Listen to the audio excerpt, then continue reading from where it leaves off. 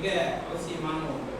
பெற்றோர்கள் தங்கள் குழந்தைகளுக்கு பல்வகையான செல்வங்களை சேர்த்து வைக்கின்றனர். ஆமா, அதாவது ஆண்களாக இருக்கட்டும் பெண்களாக இருக்கட்டும் என்ன பண்றாங்க அப்படின்னா, அதாவது நிறைய வகையான விஷயங்களை தான் என்ன பண்றாங்க, சேர்த்து வைக்கிறாங்க. சொத்துக்களை சேர்த்து வைக்கிறாங்க. மிக முக்கியமான விஷயம்.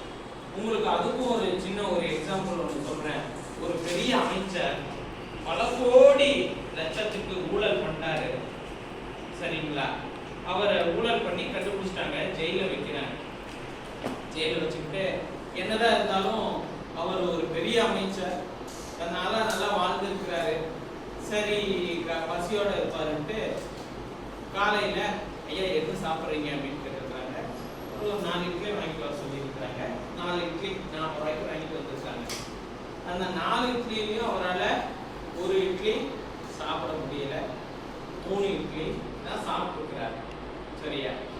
ஸோ அந்த நீதிபதி சொல்றாங்க, ஐயா காலையில வந்து பாத்தீங்கன்னா 3 இட்லி தான் சாப்பிட்டுக்கிறீங்க, 4 இட்லி உங்களால் சாப்பிட முடியல. காலையில ஒரு 30 ரூபாய்க்கு, மத்தியானம் ஒரு 50 ரூபாய்க்கு, அதுக்கப்புறம் ஒரு நைட்டு டின்னருக்கு ஒரு 30 ரூபாய்க்கு சேர்த்தா கூட ஒரு நாளைக்கு உங்களுக்கு சாப்பாடு செலவே வந்து பாத்தீங்க அப்படின்னா ஒரு 150 ரூபாய்க்கிட்டே தான் வரும். நீங்க இப்படி பல்லாயிரக்கணக்கில் கோடி ஊழல் பண்ணியிருக்கிறீங்களே, அது எதற்காக?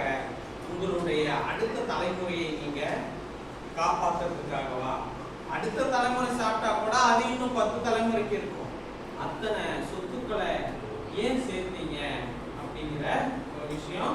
உண்மையாவே என்ன பண்ணாங்க, இது ஒரு ஜட்ஜ்மெண்ட் கொடுக்கும்போது ஒரு ஜட்ஜு வந்து அந்த அமைச்சரை பார்த்து கேட்டாங்க, இத்தனை காசு சேர்த்து வச்சு என்ன பண்றீங்க?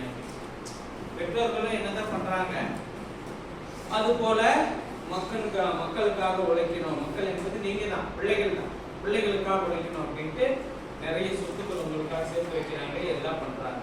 அதுல மிக முக்கியமானது, அவற்றுள் சில செல்வங்களை களவு போகவோ அழியவோ கூடும். ஆகையால் பெற்றோர்கள் தம் குழந்தைகளுக்கு சேர்த்து வைக்க வேண்டிய செல்வங்கள் சிறந்தது வந்து பாத்தீங்க அப்படின்னா இந்த கல்வி செல்வம் தான்.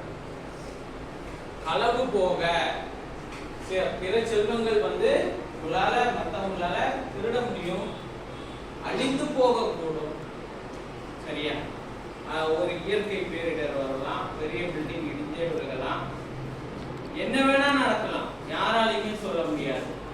ஆனா அழியாத செல்வம். அதனாலதான் பெற்றோர்கள் வந்து எங்க நல்ல பள்ளிக்கூடங்கள் இருக்கு, எங்க ஆசிரியர்கள் நல்லா சொல்லி கொடுக்குறாங்க அப்படின்னு தேர்ந்தெடுத்து என்ன பண்றாங்க, உங்களை பள்ளிக்கூடத்துக்கு சேர்த்து அதுக்கு தேவையான ஃபீஸ் எல்லாம் கட்டி அவ்வளவு கஷ்டப்படுறாங்க. அதுதான் உண்மையான செல்வம். பெற்றோர்கள் உங்களுக்கு கொடுக்கக்கூடிய கல்விதான் வந்து பாத்தீங்க அப்படின்னா செல்வங்களிலே சிறந்த செல்வம். மற்ற செல்வங்கள் எல்லாத்தையும் விட கல்வி செல்வம் தான் பெருசு. கல்வி செல்வம் மட்டும் உங்களுக்கு கொடுத்துட்டா போதுமே, அப்புறம் நீங்களே வேலைக்கு போய் என்ன பண்ணுவீங்க, சம்பாதிச்சு இருப்பீங்க, உழைத்து நல்லபடியா இருப்பீங்க. அதற்காக சரி, சமண முனிவர்கள் இந்த கல்வி செல்வத்தை பற்றி எப்படி என்னன்னு சொல்லி இருக்கிறாங்க அப்படிங்கிறத நம்ம இந்த பாடல் வரிகள்ல பார்க்கலாம். வைப்புலி கோட்படா வாய்த்தீயிற் கேடில்லை, மிக்க சிறப்பின் அரசர் செறிவவ்வார், எச்சம் என ஒருவன் மக்கட்கு செய்வன விச்சைமற்று அல்ல பிற. இந்த செய்யுளை நான் படிக்க என்னை பின்தொடர்ந்து சொல்லுங்க. வைப்புலி கோட்படா வாய்த்தீயிற் கேடில்லை, மிக்க சிறப்பின் அரசன் செறிவவ்வார்,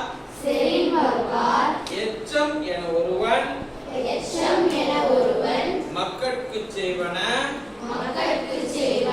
விச்சைமற்று அல்ல பிற. சரியா? வைப்புலி என்பது செல்வம் சேமித்து வைக்கின்ற ஒரு இடம், செல்வங்களை சேர்த்து வைக்கின்ற ஒரு இடம். இப்ப வந்து பாத்தீங்க அப்படின்னா தங்கங்களை ஒரு அறையில போட்டு வைக்கிறாங்க, நெல் மூட்டைகளை வைக்கிறாங்க, இப்படி பல பொருட்களை சேர்த்து வைக்கிற இடம், ஒரு இடம் இருக்கு இல்லையா, செல்வங்களை சேர்த்து வைக்கிற இடம் தான் வந்து பாத்தீங்க அப்படின்னா வைப்புலி என்பது. கோட்படா அப்படிங்கிறது ஒருவரால் கொல்லப்படாது, யாராலையும் என்ன பண்ண முடியாது, எடுத்துட்டு போக முடியாது. இந்த லகரங்களை பாருங்க.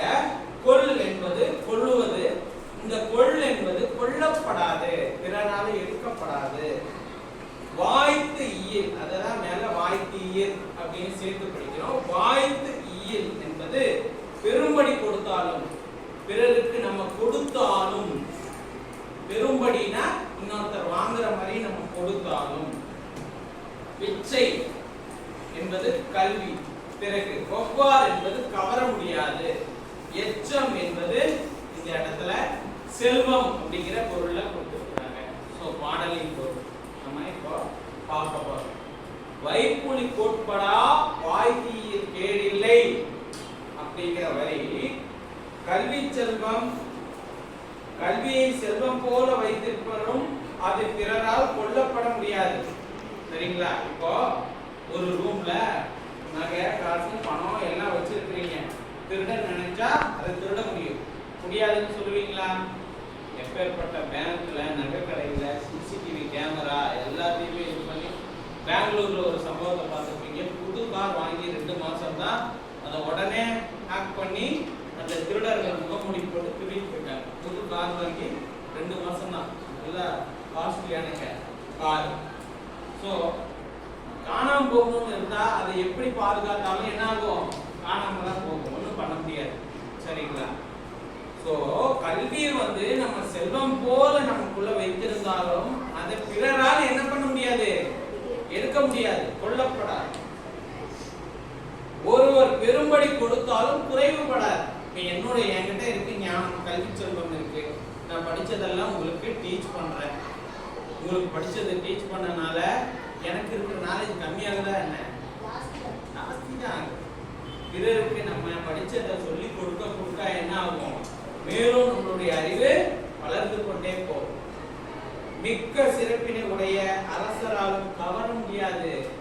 ஒரு நாட்டினுடைய அரசராக இருந்தாலும், அந்த காலத்துல அரசாட்சியில அரசரை கம்பேர் பண்ணி எழுதி இருக்கிறாங்க. இந்த காலத்துல நம்ம ஹையஸ்ட் போஸ்டிங்ல இருக்கிற இந்தியாவில யார் சொல்றாங்க? ஜனாதிபதியை சொல்லலாம், பிறகு இவரை சொல்லலாம், பிரதம மந்திரி சொல்லலாம், பிரைம் மினிஸ்டர்.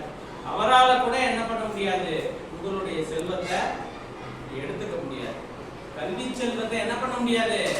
உங்ககிட்ட இருக்கிறத மிக்க சிறப்பினை உடைய அரசராலும் எடுத்துக்க முடியாது. ஆதலால் ஒருவர் தம் குழந்தைகளுக்கு சேர்த்து வைக்க வேண்டிய செல்வம் கல்வியே ஆகும், மற்றவை செல்வம் ஆகா. சரியா? அதனால பெற்றோர்களே, குழந்தைகளுக்கு சேர்த்து வைக்க வேண்டிய மிக முக்கியமான செல்வம் அப்படிங்கிறது பாத்தீங்க அப்படின்னா கல்வி செல்வம் தான். மற்றவை எல்லாம் செல்வம் கிடையாது. காரு, பணம், பங்களா இவை எதுவுமே செல்வம் கிடையாது. அதுதான் சொல்லி கொடுக்குறாங்க. வைப்புலி கோட்படா வாய்த்தீர் கேடில்லை, மிக்க சிறப்பின் அரசன் செறிவவ்வார் எச்சம் என ஒருவன் மக்களுக்கு செய்வன பிச்சை மற்று அல்ல பிற. பிச்சை கல்வி, கல்வி மட்டுமே அல்ல பிற, மற்றவை செல்வமாகா அப்படிங்கிற விஷயத்தை சொல்ல வராங்க. மாணவர்களே, நன்றி.